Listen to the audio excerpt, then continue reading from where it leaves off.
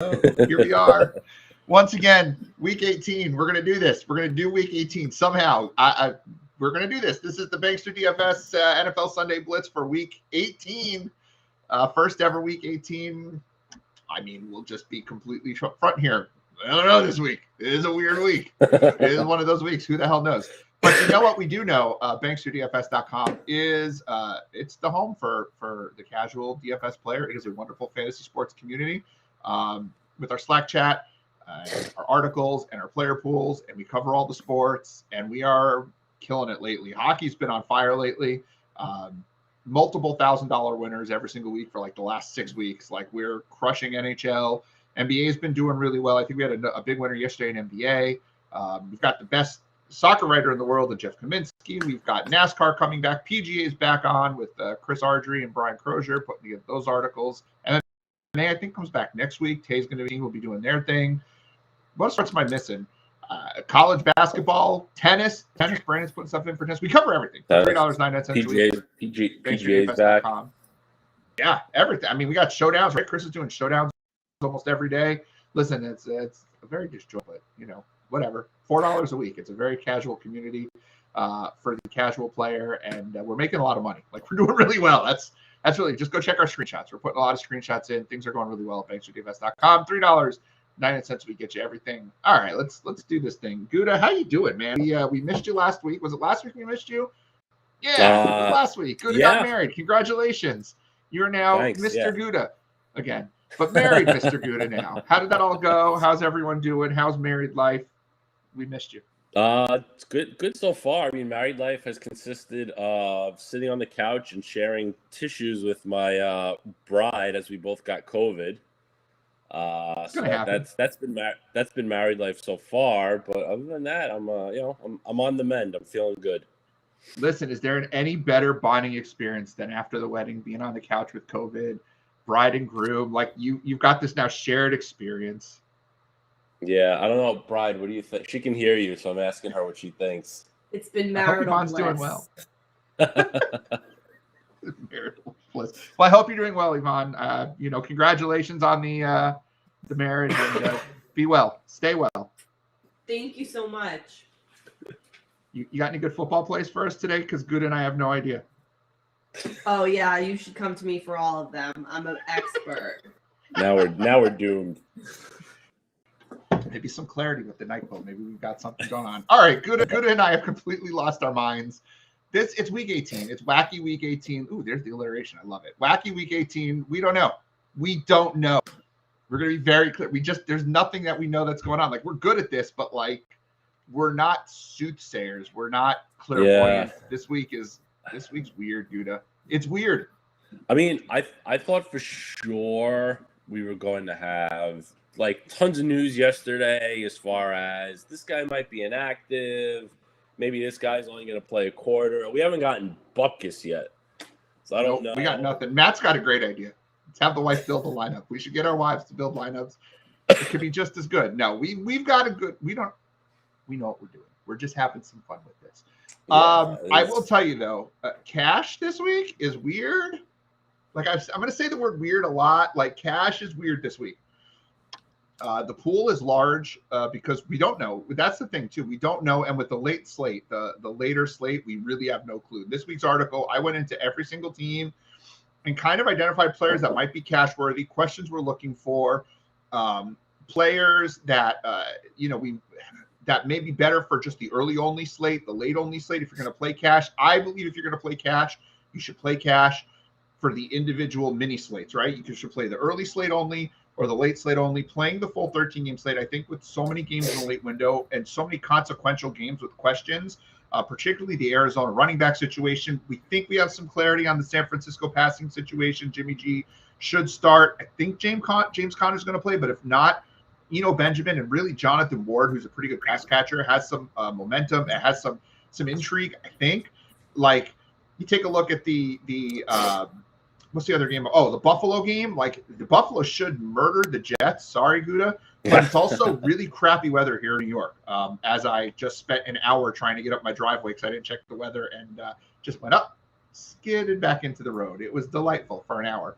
but finally got up there. But I mean, that's the weather. It's supposed to be really rainy and windy, and the Bills should be able to run all over the Jets. So are we using the Bills passing game? And we don't know that until the late window. I don't think making full slate lineups is our best course of action for cash or GPP, but specifically for cash, where we're trying to limit the unknowns, right? We want to limit the variance, and we want to take all the questions out of the equation, and we just don't know. And the best way to limit the questions is to go with some of the higher end players, and like, you can't fit them all in the lineup. How do you feel about that idea, Gutta, about playing early only or late only? I know the bigger tournaments are the full 13 game main slate, but like, I'd rather win a small tournament than lose a big tournament. Does that make sense? I mean, am I on the right track, or am I insane? Because I mean, it actually, that idea worked out pretty well. I know you talked about that last week a little bit, and I went with it. Obviously, I was a little unprepared last week, in comparison to my normal. So that worked pretty well with it, and with what we're kind of waiting for and not knowing what to expect, you can get some of that, late variance out if you do the 1 o'clock only slate. If you do the afternoon only, you'll take away a lot of that stuff, because if you're building lineups now, like, if we knew right this second that James Conner was healthy, he's playing, we have nothing to worry about. I mean, the guy was probably a top 5 play this week, but he's it's a hard cash to make lock lineups at that point. Honestly, he's a cash lock. Yeah, but him and Singletary would be locked. But it's hard to put him in there with confidence, because we got to wait for that late window. And if he is ruled out, well, then you've got a real dilemma at that point. It's, well, do you already have one of Michelle or Singletary in your lineup? If you have one of them in your lineup, then it makes it harder to pivot. Do you have enough money to go up to Rashad Penny? Do you want to go down to one of Michelle or Singletary? From there, because do you want to use Eli Mitchell? Then you're very limited on what you have if you're playing the full slate. If it's just that 4 p.m. slate, yeah, you got nothing to worry about. You build your lineups at 2:30, 3 o'clock, and we find out inactive. It's no big deal. I think it just it'll make your day, much easier. From a GPP standpoint, I actually would prefer the full slate, because you can get. You can use that stuff to your advantage more than if you're playing, GPPs just for the 4 o'clock slate. Well, everybody's kind of on the same page then, as far as knowing who's in, who's out, and all that too.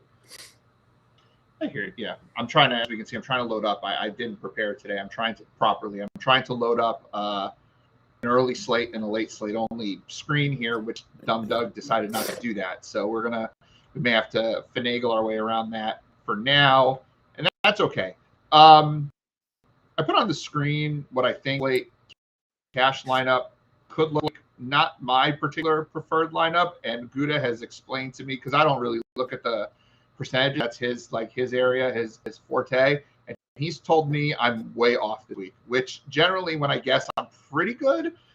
And this week I'm way off. I've got Ray McLeod in there, who he says carrying no ownership, and he was going to be highly rostered beginning of the week, and now Deontay Johnson is back. And I'm going to make the case for Ray McLeod, because there are really very few punt wide receivers. I mean, I like Antoine Wesley a little bit. I like Cyril Grayson a little bit, but under 4K. Here's the thing about McLeod. We talk about Deontay Johnson being back, but McLeod has 10, 8, and 8 targets in 3 of the last 4 weeks. He's not catching a lot of them. He's surely not getting down the field a lot on them, but the volume's been there. And I think more importantly than Deontay Johnson being out, James Washington is out. And I really believe that means McLeod's going to be on the field as the third receiver more often than not. And we're going up against a Baltimore team that has shown that they are really not good at defending the pass, but they've gotten better about defending the number one receivers. Devontae Adams did not explode. Cooper Kupp had a good week, but not an explosion kind of a week. So what if they decide we're not getting beat by Cooper Kupp or by Deontay Johnson? Well, if that's the case, I think we're going to see a lot of Ray McLeod. And particularly with this being Ben's probable last game as a Steeler, maybe last game in the NFL overall, I think they're going to let him throw the ball 40 times. I really do. Against the hated Ravens also, what a way to end his career, at least as a Steeler. And he seems to love Ray McCloud. So I think at $3,800, if we want to get bigger players in there, he makes some sense. Apparently more so as a tournament option because we're saying that the roster percentage isn't there. So maybe we should talk about where the roster percentage is lying. Gutta, where are we looking at quarterback if we're going to play cash? And again, I don't want to spend too much time on cash. I'd rather have fun building dumb lineups today. Honestly, I think that fun's going to be this week is building GPP lineups. I'm not playing cash this week. I just think it's too volatile of a week. And if I were, it would be the split slates. But let's talk about the full slate. Where is the percentages going right now? Or where are the percentages? Not is. That's good English, Doug. Where are the percentages headed right now? I was a teacher. No big deal. It's, yeah. I mean, you've got, so your top five, you've got four guys in double digits. So right now, if you were going to spend up, it's Kyler Murray and Josh Allen. Makes sense. And then, sorry? They were both in the pool. Makes sense. I feel good about that. And then you've got Huntley, Tannehill, which I was surprised Tannehill was so high, and then Taysom Hill. All right, that's that. I mean, pretty much expected. Look at the pool. I did get 4 of the 5. I feel pretty good about that. I just didn't put him in the lineup. I like Jared Goff today too, by the way, as a punt option. Like there's no incentive for the Packers to play, and Goff should be back in this game. They're playing at home. I think Detroit wins this football game. You know Campbell has his guy to play, and they would love to win this football game to build some momentum. But I mean, listen, Goff put up 20.6 and 21.9 points in 2 of his past 3 outings. You know, he's got multiple touchdown passes in 3 of 4. I mean, yeah, he's not great, it's not awful if you want to save. I mean, personally, unless you really need that $300, I'd rather use that $300 to at least get up to Tyler Huntley over Goff. I agree. But I mean, listen, if Goff is throwing against Green Bay's defensive backups, I mean, Goff has success in the league. It's not impossible. He's shown it. He's had his moments this year. And again, if he's playing against Super Bowl. Yeah, and if he's playing against backups and he's got Amon-Ra St. Brown, who's red hot right now. I mean, listen, Goff can easily get you 3 to 4x on his price, and should be fine for cash. I mean, I don't necessarily trust them, but it makes sense. I think Huntley with the rushing makes more sense if we're building a cash lineup, right? So let's do that based on where the chalk is looking at. So Huntley I think makes a lot of sense. What about at the running back position as my computer is freezing up here? What about at the running back position? Is Devin Singletary like the chalk of the week? He's got to be, right? Well priced, playing the Jets. So surprisingly, they've got Singletary only at the 5th highest. What? That's crazy. Yeah. Right now at 1, you got James Conner, which I mean you're taking a chance if they rule him out. Yeah, you're working on their very strong assumption. I mean, like we said a couple of minutes ago, if we knew that he was healthy and surefire in there, no problems, yeah, I mean, Connor should be over 30% against that Seattle defense. And, with no Chase Edmonds, we saw what Connor did earlier this year in that situation. But it's very, very risky if you're playing the full slate. I mean, if you're playing GPP, there's plenty of pivot options, but I wouldn't necessarily say cash pivot options from there. So so you're taking a gamble. I think it's yeah, it is. It very much is. And then second is Keyshawn Vaughn, which I get it because he's, I guess, the only running back value option, but I wouldn't do it. Maybe on Bell's $300 cheaper. I mean he's not though. Rex Burkhead's in a better spot. Devonta Freeman is in a better spot. I'd probably rather use Agumba Wale, Samaje Perine. And I'm not arguing with you. I'm arguing with the collective thinking. Oh, yeah. Michael Carter's probably in a better spot. Like, I don't get Keyshawn Vaughn's a tournament option, maybe, but like cash? Are you crazy? Are they crazy? Not you. Are they crazy? I don't know. I mean, I don't know. Yeah, I expect one to be relatively owned in cash just because of that savings. But we saw, I mean, Ronald Jones didn't really do much the past 2 weeks. So I think he got hurt last week. So I don't know how much he actually did play. But also too, and you know, Jones didn't really step in and get all those Fournette touches. I mean, Keyshawn Vaughn's the third guy on the depth chart. If they really had faith in Vaughn, they wouldn't have brought in Le'Veon Bell, you know? And also too, like Fournette's supposed to be back for the start of the playoffs. So why are they going to give Vaughn a full workload? It's not like they're going to need him as they're starting back in the playoffs and they got to figure something out. They have Fournette coming back, so they don't. Well, You know, I do think the argument for Vaughn could just be to give why they give him workload is to see if he's worth keeping around for next year. Because I don't think Ronald Jones will be back next year. Obviously, Lev Bell and won't be back. I don't think Giovanni Bernard will be back next year. So it's like, can Keyshawn Vaughn back up Leonard Fournette next year? Like, is he a guy that, given a workload, can do it? I think that's the thinking here. I just don't want to play him. Like, we have been pretty good about fading bad chalk weeks. Like it's one thing we've done really well over the last few weeks is fading bad chalk. I think Keyshawn Vaughn is bad chalk, and I don't think James Conner is bad chalk, but I do think that James Conner is too volatile for cash because we don't know his status. If he was playing, he'd be an easy play. Yeah. Who's number 3 on the list? Sony Michelle. All right, I can buy into that. I like Sony Michelle. He gets that workload. I don't think Cam Akers is going to touch anything. He'll get 10 snaps. You know what I mean, just to get in there. But this is how McVay runs offense. I have no problem putting Sony Michelle in there for cash. We know from my article, I do have Jonathan Taylor as a cash game lock because I have a hard time getting off the top running back and receiver. Like, they both need to do something, but like, I do think there's an argument to be made to build a cash lineup that fades at least one of Taylor or Kupp, so you can do a little more balanced of a lineup. Who's the 4th highest? Since we know that Singletary's the 5th, and I'm putting lineup. Yep. So you got Foreman at number 4. Love it. Yeah. I love Foreman. Got him in my own. If I were playing cash, he'd be in that lineup. That's where I disagree with the Tannehill as a chalkier play. I think they freaking rock with Foreman. They released McNichols. So they've got Hilliard and Foreman pretty much, and they should beat Houston pretty easily, right? Like, this should be a good spot for them to do that. That's, to me, a real solid running back for this one would think. One would hope. One would hope, right? What I would love to see Dante Foreman do well. Who's their wide receiver? Please, the world hasn't lost their mind, and they're at least going with Cooper Kupp at wide receiver. So Cooper Kupp is actually second. I mean, not just by fractions, but Christian Kirk's actually number 1. I like it. Christian Kirk. Is he in my pool? Did he make the pool? He did make pool.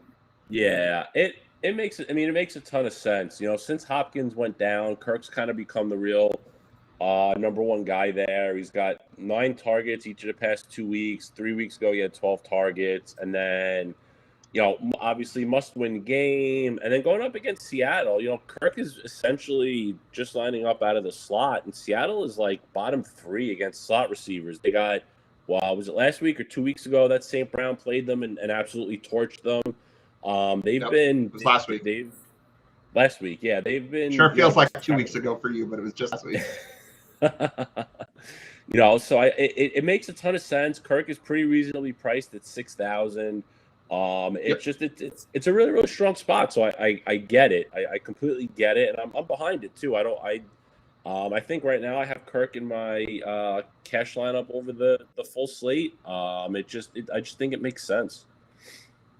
Oh, you're one of those crazy people playing full slate cash. I'm playing cash on all 3.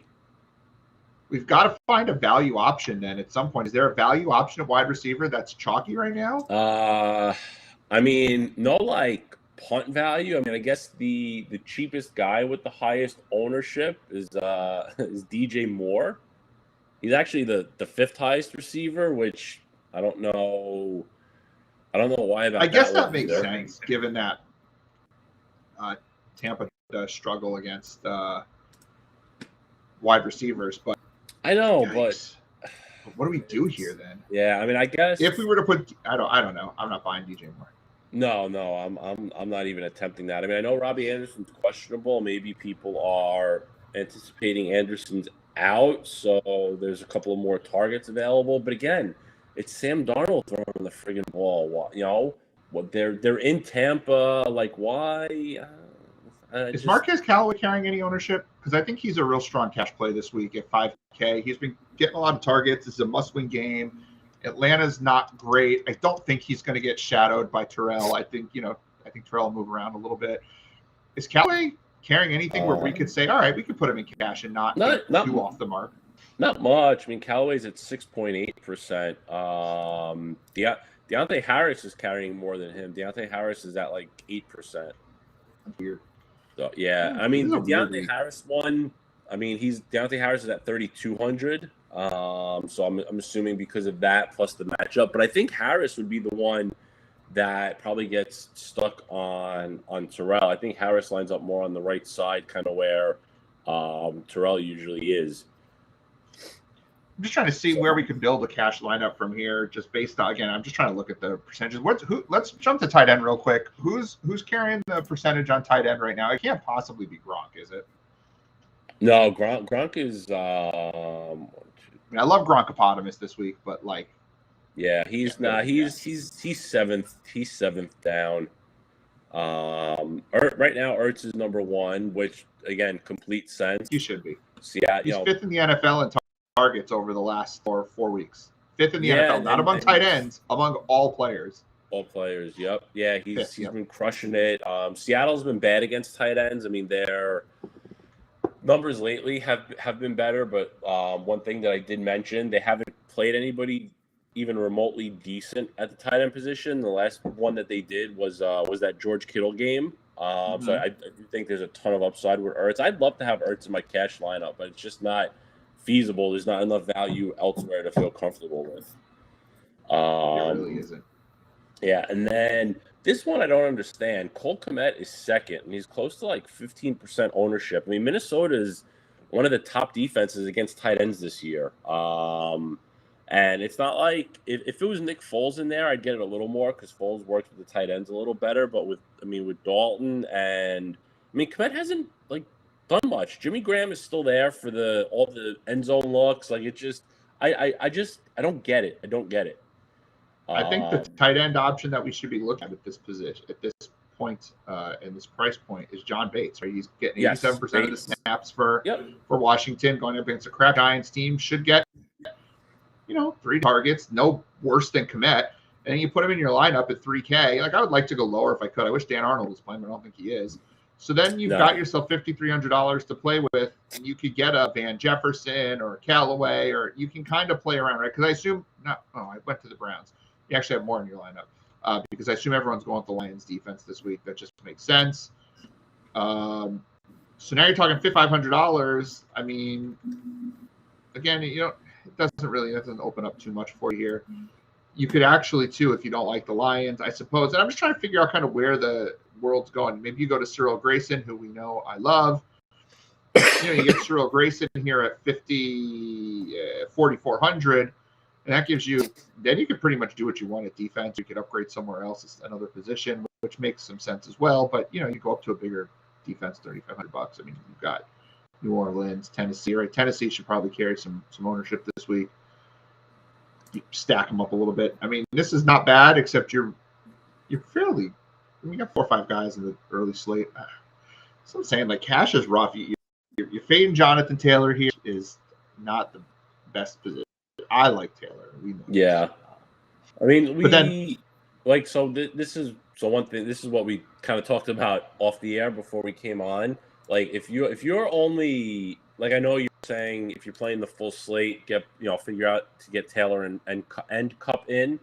I just think if you're playing the full slate, you might feel more comfortable from a lineup composition of fading one of them, which is kind of where I'm at. And I mean, listen, fading either of these guys is a tough call.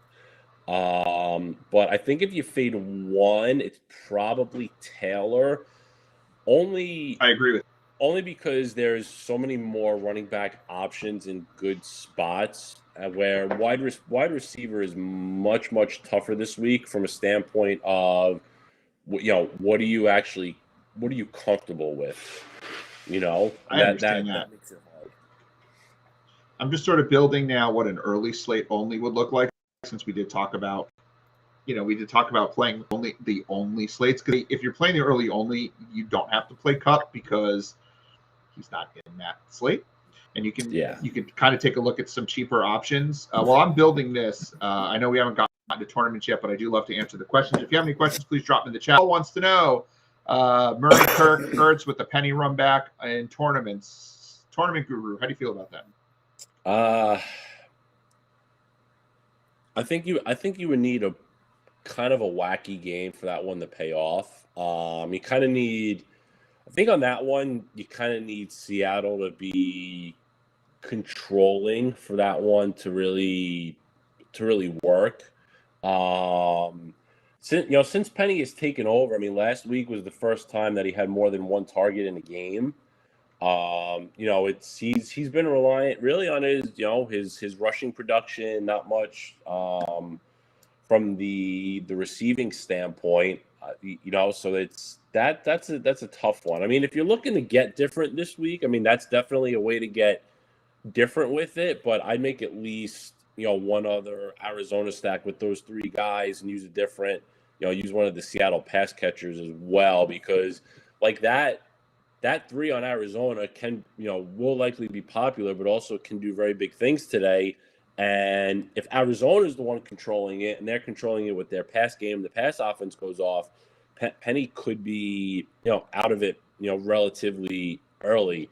And now your lineup is really struggling because you're getting not much from Penny there. So I would probably make a couple with those three from Arizona, and make some different lineups with it as well if you did want to be different and use Penny there. I'm just trying to build here briefly an early only slate, kind of based on the conversation, see where things would be a little bit different if we were running an early only slate. I think Jonathan Taylor then does become a lock. I think Huntley's a real easy play. I think Foreman's a strong play. And I think Amon-Ra St. Brown makes a lot of sense there. I'm trying to find a way to get Najee Harris in there too, because I do think that Najee Harris could get a bit of work today. And I just think at wide receiver, running back, we want a guy who's going to. So I'm actually really, really intrigued and really like David Montgomery this week. You talk about David Montgomery a little bit, then maybe throw him into this cash lineup. Yeah, so I mean, not too expensive.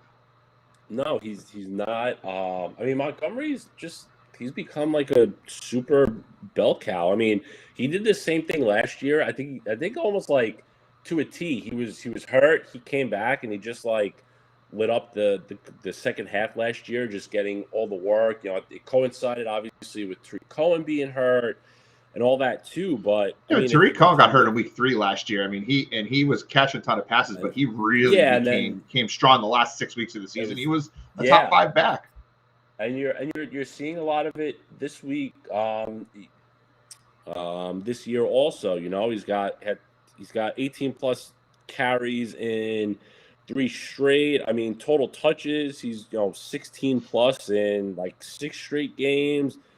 He's last week was the first time in 5 games that he had less than 5 catches. I mean, he's doing everything. He's scoring the touchdowns, and all that. And even that's the one worry, obviously, is if Minnesota puts up points. But Montgomery's kind of game script independent. Like if they're down, he's still on the field. If he's up, he's on the field. So it almost doesn't matter. And much to the vein like Najee Harris would be. Like Harris doesn't come off the field, Montgomery doesn't come off the field either. And I really, really like it. And I think Minnesota's defense is a little more vulnerable than Baltimore's is. And frankly, we've seen Montgomery catch a little more passes than Najee Harris has. Harris was this target monster the first half of the year, and like his targets have disappeared now, almost inexplicably. Maybe this is where we kind of look then for cash. If we're playing early only, I think all those players are solid. I like that call of Montgomery. That's good. Now, of course, in about 1 minute, we get the inactives, and all of this could go up in flames, and we could have to rethink all this. I like this. I kind of like this cash lineup. I'm not sure I'm going to play it, but I really don't feel like we're fading too many people here. I mean, the receivers I'm on Ray McLeod. I am on Ray. All right, let's see. Inactive should start filtering if I can get past all of these Caesars and DraftKings and FanDuel Sportsbook ads that are littering my Twitter. It's ridiculous. By the way, the amount of ads are insane if you're living in New York right now. All right, Bengals, Burrow out. Money Mac is out. T. Higgins is out. We assumed everyone would be out. Jamar Chase is not inactive, but if you think he's suiting up, you're crazy. Well, doesn't he need I think he needs a couple of yards to break the. You think he's doing anything significant? He's going to do what Devonta Smith did yesterday: get whatever he needs and then be done. If he plays, right? He's not playable. That's what I'm saying. He'll be out there. They'll throw the first one or two passes to him, and then he's done. Jared Goff is active. Whew. Fire up the Goffle train. I'm all aboard Goff. I love it. Marlon Mack inactive, and I only bring it up every week because since Marlon Mack's been inactive every day, every game, it's just been the Jonathan Taylor show. It's been, but I don't think we have to worry too much. Aaron Jones out. Aaron Jones is out? We expected as much. I don't think Green Bay was expected to play anybody, but Aaron Rodgers is active, as is Devontae Adams, as is A.J. Dillon. I don't think they're going to do what the Cowboys did yesterday. I am going on the assumption that Green Bay will play their starters for maybe a quarter and then move on, and which is why, by the way, there's a cool bet on Caesars today with a boost. They have a odds boost. Green Bay wins the first half. Detroit wins the game, and I love that bet. 6 plus 650 odds. That's some good stuff right there. Because I think that's what happens. Let's see. I think Mr. Siciliano here is making too much of this Jamar Chase being active thing. He is active. I don't care. No surprises. Chris Conley is out this week. Oh no, Deshaun Watson is inactive again. Shocker. Wouldn't it be crazy if they activated him and made him play this week? Oh man, I know. I've been waiting for that. Yeah, right. Curtis Samuel is out. That doesn't really affect. If you were playing Curtis Samuel, you have much bigger problems, and you should not be watching this show. Let's see. What else? Okay. Yeah, Jamar Chase needs 12 yards to set the Cincinnati single-season franchise record. So when he gets his 13-yard catch, you can expect him to not play because they're not going to burrow that kid. They're going to give him his one thing. Let's see. Nothing else. So I wonder. The Ravens still have a shot for the playoffs. I did not realize that. Oh yeah, they do. They need the Chargers, the Colts, and the Dolphins to all lose. And then what would it be? It would be the Ravens and the Raiders getting in. Okay, that is. They need the Dolphins to lose, or the Dolphins already are eliminated though. I think it's going to be like a strength of schedule. Oh, okay. Yes, Matt. Tyler Boyd is active. I wouldn't expect a ton out of him today, but I didn't expect a ton out of the Dallas offense yesterday. I sat Dak Prescott in my season-long 18 points league. I mean, listen, for if you're using anybody on Cincinnati, at least on the pass catcher side, you just got to remember that it's Brandon Allen throwing them passes. So, it just takes a level of balls that I don't have. I just think they're better options. Maybe if you're playing your season long and that's what you have, but I don't. So what do you think? Kareem Hunt is out. Kareem Hunt is out? Yep. Is Chubb active? Yes, Chubb is active. He is. Damn. All right. So Julio Jones is active. I for some reason I thought he was on IR. So Julio is active. He had been activated off IR, and I think he was put on the COVID list. I don't think he was put back on IR. Yes, Paul. Cleveland I wrote up this week as a low-end play. It's them or Detroit if you're spending down this week. If you can get up to Cleveland, I'm okay with it. I think they're a little bit better of a defense. I can't, so I'm getting up to Detroit. Actually, I probably could in the lineups that I have. Oh, yeah, I got $200 here. Yeah, let's put Cleveland in this lineup. Boom. I do like Cleveland. They do a little bit more on defense, but I don't know how much they've given up. One thing that to keep an eye on to go against my Detroit stack, Penny Sewell is out, which does not help Jared Goff He's just not the most mobile of quarterbacks. See, it says Goff is active. I hope it means he's starting too. Vic Fangio was fired today, by the way. Yeah. So what do you let's think? see. So with Oshak Hennessy and Tavon Austin are both inactive, but I don't think Dan Arnold was activated off the injured list. So No, he was as much not. as I want Dan Arnold to play, he's not. So who does that give us for Jackson? Is that Manhurts? I think it's Manhurts. It's Manhurts I think it's and Farrell. Luke Farrell. Oh, Ohio State. I think they should punish him for being a urban guy. Too urban. All right, so apparently Devontae may get some reps today because he also only needs 22 yards to break Jordy Nelson's Packers single season record. So it wouldn't shock me to see Devontae Adams get in there for 3 catches, but I can't see. He's not playable. He's not playable. Though on Underdog, his prop is 29.5. Might be worth taking a look at. If you're playing on Underdog, promo code PHISIGGERS, PHISIGGERS. I want to see because I think the past 2 years the Packers were in similar situations, and let's see, come on.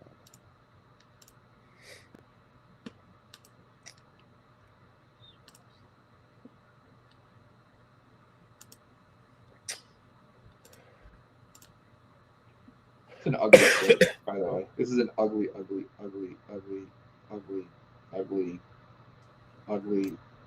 day slate of games. Yeah. Play GPP and have fun with it, folks. Like, I just can't with cash. Like, I just don't have the stones. Yeah, I will say though, it's good to keep an eye on the Devontae Adams receiving prop. Knowing these things, knowing these numbers make a difference. Right? It's tough. So last year in week 17, the Packers were basically in the same spot. And I mean, Rodgers threw it 24 times, but I think he played the whole game. He went for 240 and 4 touchdowns. I mean, but none of the receivers did much. It was just kind of spread amongst a lot of guys and the running backs and just random crap. But I don't know. It's always it's a tough one. Like, I'm intrigued with the Green Bay backfield with Aaron Jones being inactive, but like, does that mean A.J. Dillon's going to get 20 touches? Are they going to mix in Patrick Taylor or somebody else? Like, even that's a tough one to say what's going to happen. I've got Patrick Taylor in a tournament lineup as a run back for a Detroit stack because I don't like money or something. I really wish there were more player props as I'm looking around. I'm big into the sports betting now because New York just got the sports betting. So like I'm looking and there's just none. Like a lot of the games they're just not posting player props because of the uncertainty, which sucks. There's no news. Nobody knows what the hell's going on.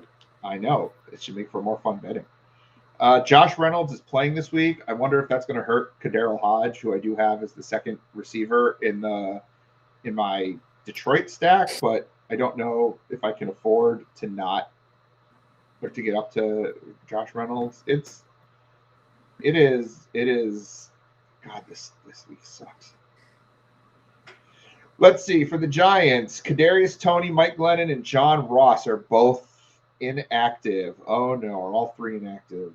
Oh my God, Mike Glennon is inactive. I know how. I mean, there was a prop up today, which was the funniest prop I ever saw. They odds boosted it.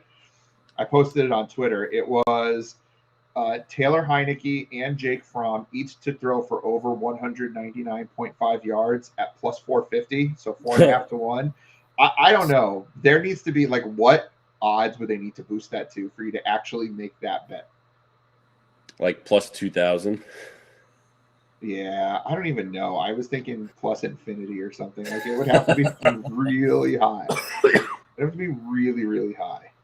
I mean, the is the stack of the week now Antonio Gibson and the Washington defense? I do like Washington defense this week. What are they priced at? 3,100. I mean, they're reasonable. It's reasonable, but you know me, man. I'm not spending over $3,000 on a defense. I know, but that's the thing though too. Cheap, man. I'm telling you, in tournaments, that's how you differentiate that's how you really differentiate yourself. If you can pull that mid-range defense or even the high-end defense true. that really hits value. All right, let's build tournament lineup, early only tournament lineup, and then we'll talk about some of the late slate. Where do we like? I think we're good with Enactus for the early slate, and really nothing a surprise, which is good. What team do you like building with most for this early slate? Where's the shootout coming from? Where's the best game? Is it Chicago, Minnesota? Is it Baltimore? Pittsburgh? There's some weather there. So if you want, if you're looking early only, I mean, I am. I think game stack wise, your best option is probably Minnesota, Chicago. I think I think the stack that can give you the best bang for your buck from an ownership standpoint and leverage would be the Colts passing game. That's true. But like the Chicago Minnesota game, of course, your first thought is Andy Dalton, but it is. I'm building off the Chicago side for sure. I do think there's going to be some chalkiness on the Kirk Cousins side, right? For Jefferson a little bit. Jefferson's got some ownership, but nobody else does. Cousins is like sub 2%. There's nothing there. But when I'm building the stack, I'm less concerned about the quarterback ownership. I'm far more interested in the other players. Like quarterbacks are quarterbacks. Yeah. Like I don't know. I think I'm more interested in that. Oh, hold up. Let's see. Can we pull this off? I want to see if we can pull this off. I'm listening to you, so I'm going with that stack there. Oh, we can totally pull this off. You go Gibbs, your Washington football team. What are you thinking about this lineup? So we run with the Dalton stack. David Montgomery catches enough passes to make it viable. You run Darnell Mooney out there. You run it back with Justin Jefferson. You use that Jacksonville passing game or the Indy passing game. You run Pittman and Marvin Jones. He has some incentives for 4 catches today, so get him out there. You've got Gibson and the football team as a stack, and that leaves you $4,800 for a tight end, and you can literally use anyone but Mark Andrews. So give me the move. Fryermuth's in a solid spot, yeah. I mean, what do we think? Is that am I entering this today? Is this the lineup that we're going to run with? I mean, Dalton. Is that what I'm doing? Am I doing Andy Dalton today? I mean, it works. It definitely works. Now the question is, do I already have an Andy Dalton lineup? I don't. I've got my Jared Goff lineup because again, hate money. Interesting. And one thing that I don't know what the heck to do. Being that we're talking about this Minnesota. Only one? That's great. Well, in this Minnesota Chicago game, what do you like? Dalvin Cook, like, do you play him this week? Do you not play him? Is he going to get work? Is he going to get only 10 touches because there's no need to risk him? Like, No, I'm not touching Dalvin Cook. I don't think they care.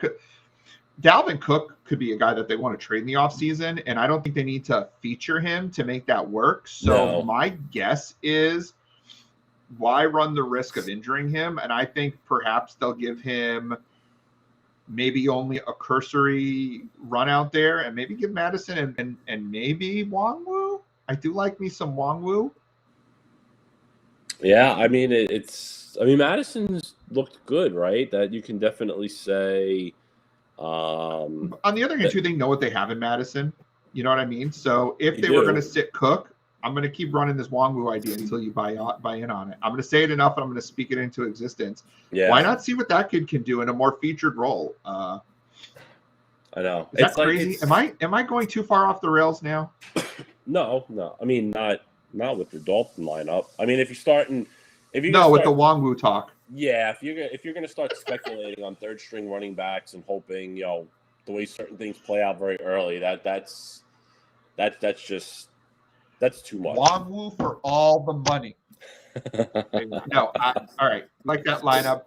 You said you wanted to build one. How would you build the Cincinnati passing game? If you were or the Indianapolis passing game, how would you build that lineup? Are you double stacking? You're not a big double stacker, though, are you? It depends. It depends on the situation, really. I mean, I think with Indy, I would probably keep it simpler and just use Wentz and Pittman. What about building on a long one, though? What did you say? What about Hilton? He I mean, doesn't it's beat just up on Jacksonville. I know he beats up on Houston, but on I mean, Houston. don't you want Yeah. that 1, 2, 3 targets a game? Like, come on, man. That's big time money right there. Or maybe you run skinny there. Yeah, I mean listen, if you want, I mean you can look at one of the tight ends and hold, Mo Cox has gotten a couple more targets the past couple of weeks. I mean Jack Doyle gets some targets. I mean you just hope for, maybe Mo Cox, an end zone target or two, and if he scores a touchdown, and then but for Indy it's really just kind of more skinny and using Jones as the run back. It's more. It's more. I'm really looking for Wentz to be the one getting the touchdowns and not Taylor, and then just hoping that Pittman just abuses a bad secondary. That makes sense. Trying to figure out where else we can go with this this lineup. Oh man, there's money to be made here. How about that? You got your skinny stack with the run back. You've got Brandon Cooks with the Dante Foreman run back. You've got Mark Andrews with my boy Ray. And then you've got Nick Chubb in the Browns defense stack. Because Dearness Johnson has got COVID. He is out. No, Dearness Johnson got activated. I cleared protocol. Son of a bitch. I'm still going with this route. I'm still going Chubb. I'm still going Chubbster. Do we think he's going to get some looks this week? Is he playable? Am I gonna go broke this week? I have no idea. I mean, listen, if that's where we're at this week, though, right? Like, I don't think it's bad to say we don't know this week, which is why I truly believe that running a GPP only is the way to go. Like, I really do believe, like, we just don't know enough, and I don't think we should know enough. Yeah, it's hard. There's nothing because like the Brown. I mean, does it say something that Chubb is active and that they don't have?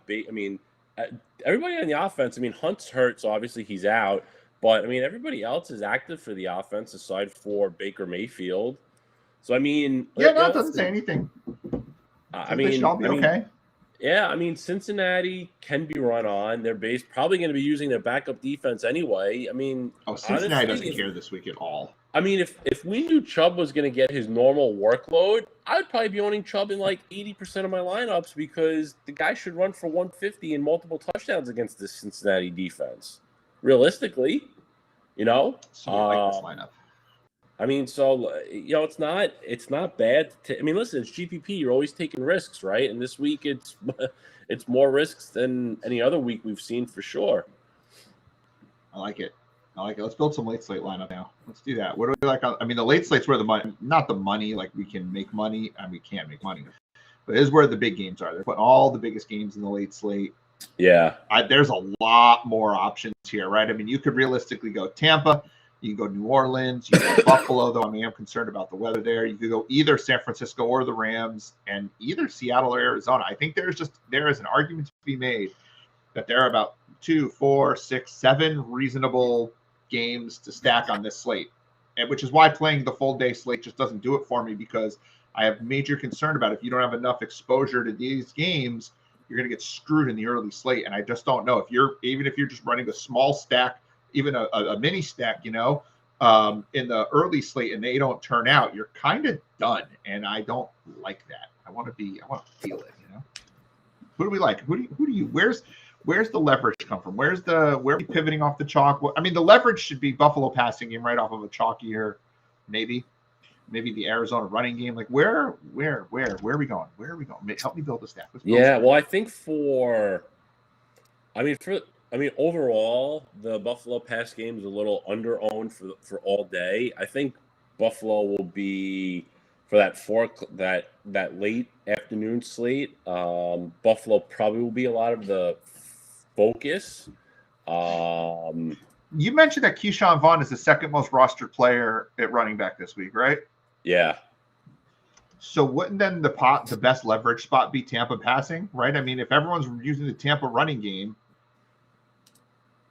yeah, we go in and we load up that Tampa passing game because we know Gronk needs like 8 catches and 75 yards or 7 catches and 85 yards to hit a an incentive, right? We do have, even though I said I would touch Carolina in article, I do think for tournaments you can just run that DJ Moore run back right there. Right there's something, yeah. Yeah. Oh yeah. I mean, listen. I mean, Grayson over Evans, right? I mean, is that we don't want to go too crazy there, right? Or I don't know. I want to try something. I mean, great.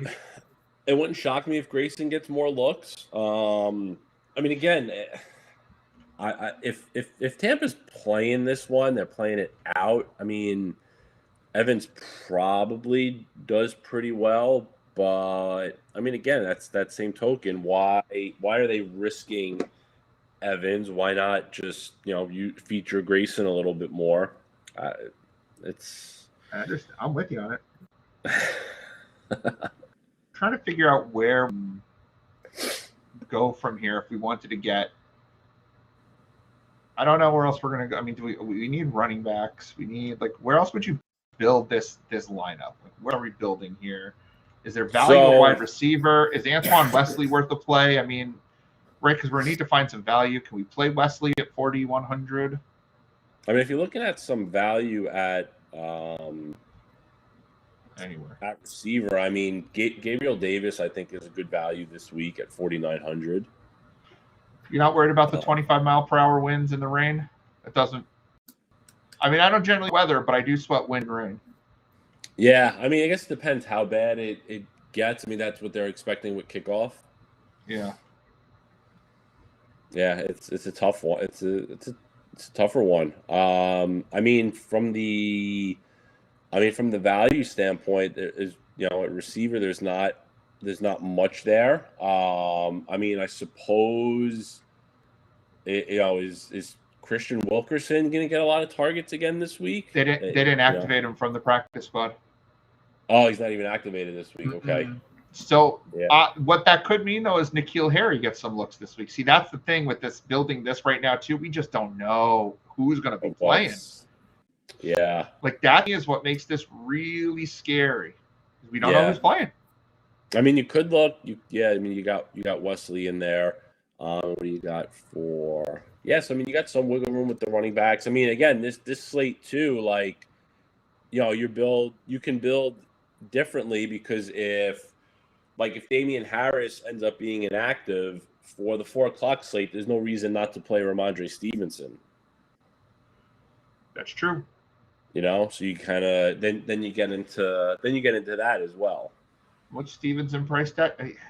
5,900. Stevenson is at $5,900, right? $5,900. Shouldn't we just, I don't know, use Michelle and Singletary at that point? I understand you're coming off the chalk, but you're really running off the chalk there, and for a guy who doesn't catch passes, but he could have 3 touchdown upside. We've seen Belichick do that. I think.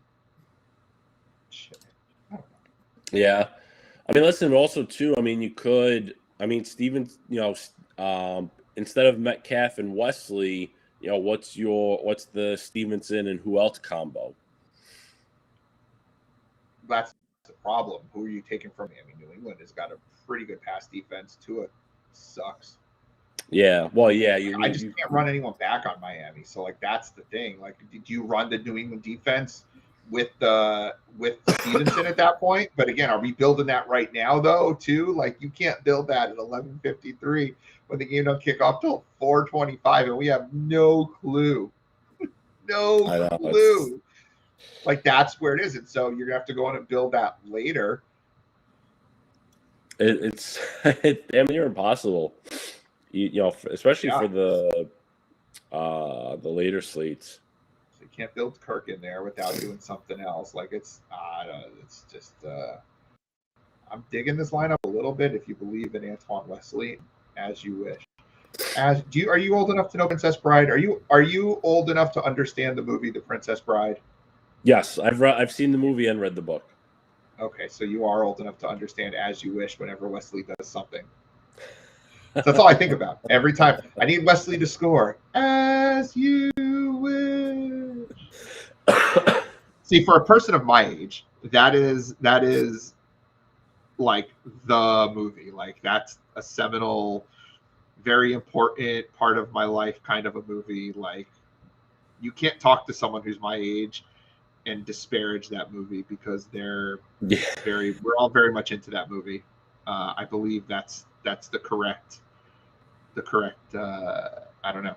So as I'm looking here, I already have a Tom Brady lineup, but I think I'm going to build this one in there as well because I do like what we do. I like building the lineups and then using them. So I'm going to have to go ahead and do this. This is an interesting one actually when you think about it, because you're getting two really strong running backs, chalky strong running backs in your lineup here, and I don't think you're sacrificing quality to do it. I mean, other than using Antoine Wesley as you wish, but like, I don't know.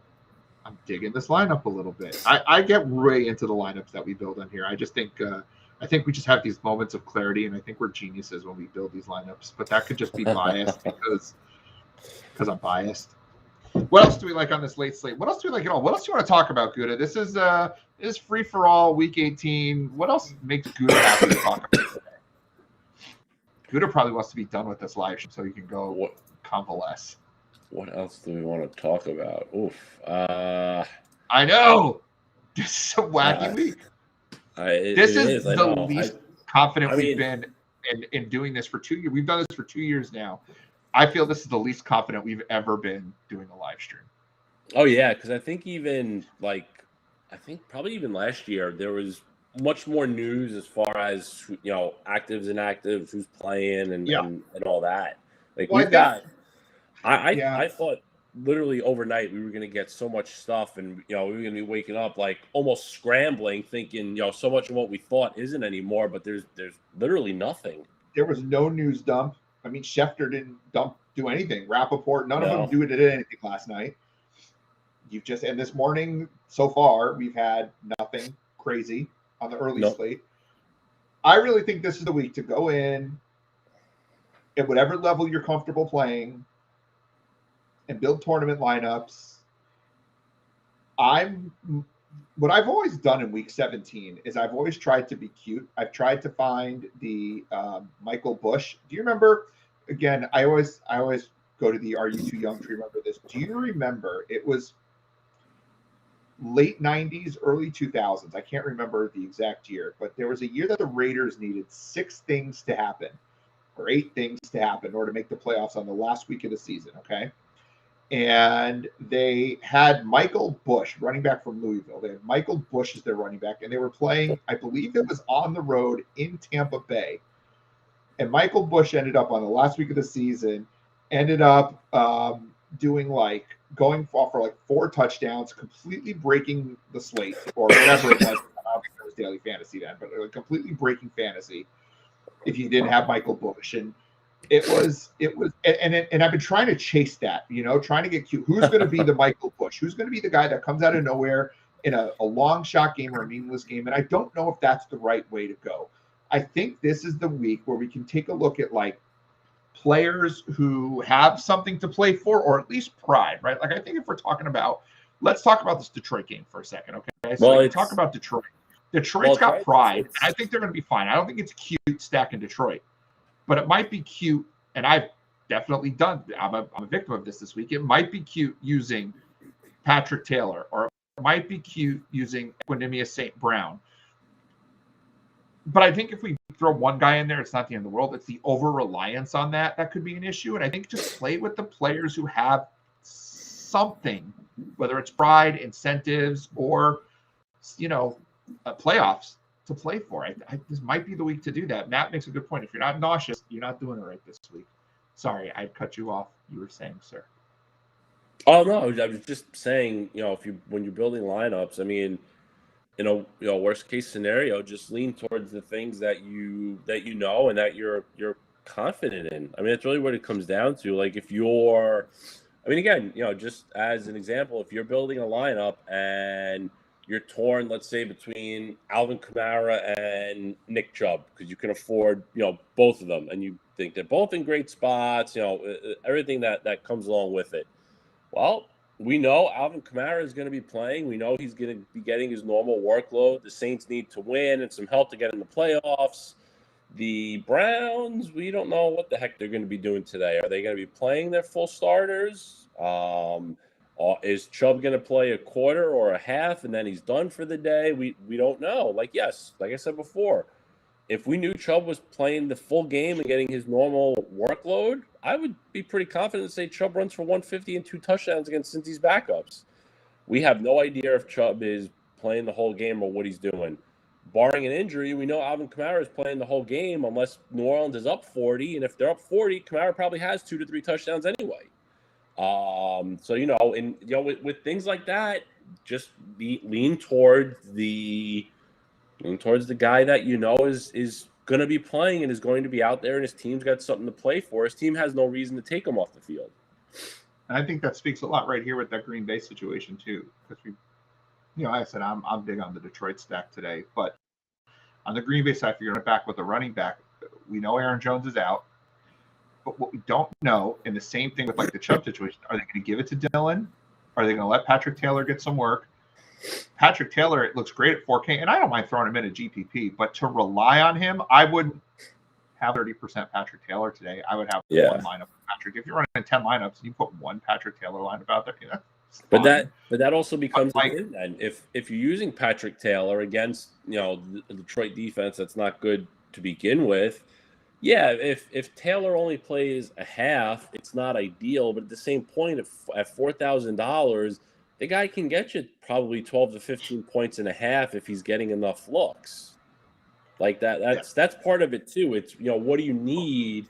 And at 4,000, the guy can give you what you need in a half of football if it is that. Or maybe Taylor's the lead guy for the whole day and Dylan's just active like for a couple of reps to stay warm. Well, like that too. It could just be an emergency. Like, got to have 53 men on the roster, like you've got to have people active who aren't actually active.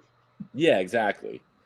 And I think it goes back to, we'll end kind of where we started back at the cash pool, right? And for those who are playing cash, and I think we come back around to that. If you look at the pool here for cash, outside of, I won't even say Cyril Grayson because he's been getting some run the last few weeks. Outside of, I can't even say John Bates because he's, when Logan Thomas and Ricky Seals-Jones are out, he gets the looks and the snaps. There's not a single get cute player on here, maybe outside of Jared Goff, but we always have one cheap quarterback in the pool, and we've got a plethora of other players. You've got a quarterback with something to play for, a quarterback with something to play for, a quarterback with something to play for, a quarterback with something to play for, a running back with something to play for. Najee Harris is a volume guy. He's not getting cute, though, because he's still their starter, right? You've got Murray, again, nothing to play for, but there's no reason to believe they're not going to run their full offense out there. Same thing with Penny. A running back with something to play for. Running back with it's like you go through the whole list. There's no get cute plays. I don't think Mike Evans is cash, by the way. There's no real get cute plays. There's people who have something to play for or who have no indication as to believe that they won't play. There's no Patrick Taylors in this lineup, and we're not putting the uncertainties in here. We're not putting the James Conner because we don't know. We're not putting Ramondre Stevenson because we don't know. And if you're not putting a San Francisco quarterback, because we're pretty sure Jimmy G's playing, but he's also got that injury. So what if he gets nicked up a little bit and then Trey Lance comes in? You can't. We're just playing with.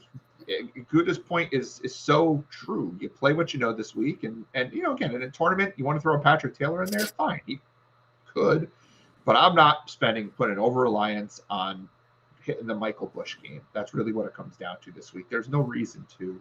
There's enough games on the slate. Folks, stay smart this week with the games. Overextend yourself on the bankroll unless you know exactly what you're doing. Save that bankroll and come play soccer and hockey and golf and basketball and all the other sports that we do over at banksterdfs.com. $3.99 a week to get you access to everything. We'll build that bankroll using those other sports. You don't need to play a sport that, a week, overextend yourself on a week that you're not 100% sure. So have fun this week, play some tournaments, play some cash, do what you're comfortable with, but don't get too crazy. It's going to be a weird week. It's been a weird season. We appreciate you joining us every single week. I don't think we're doing this for the playoffs. If we do, we'll make sure to notify everyone if we're going to go do some playoff live stream. But with the slate all over the place, maybe we'll just save and do a Super Bowl. Maybe we'll do a Super Bowl prop bet /showdown/fun thing. We'll come back for that. I don't know. Sean and I might start doing some hockey live streams. Gutta and I might do some baseball live streams if there's any baseball this year, because he and I love doing old John on. We'll do baseball, but we appreciate everything this year. We appreciate those of you who come and hung out with us this year and been a part of this community. And if you're new to us, come join us. BanksterDFS.com, 3 hours, 99 cents a week. For Michael Gudadero, congratulations again on the wedding and Happy New Year and get well soon. I am Doug Shane at Bankster17. He is Michael Gudadero at The Big Gutta. This has been BanksterDFS.com. Thank you. Have a great week. We'll catch you later.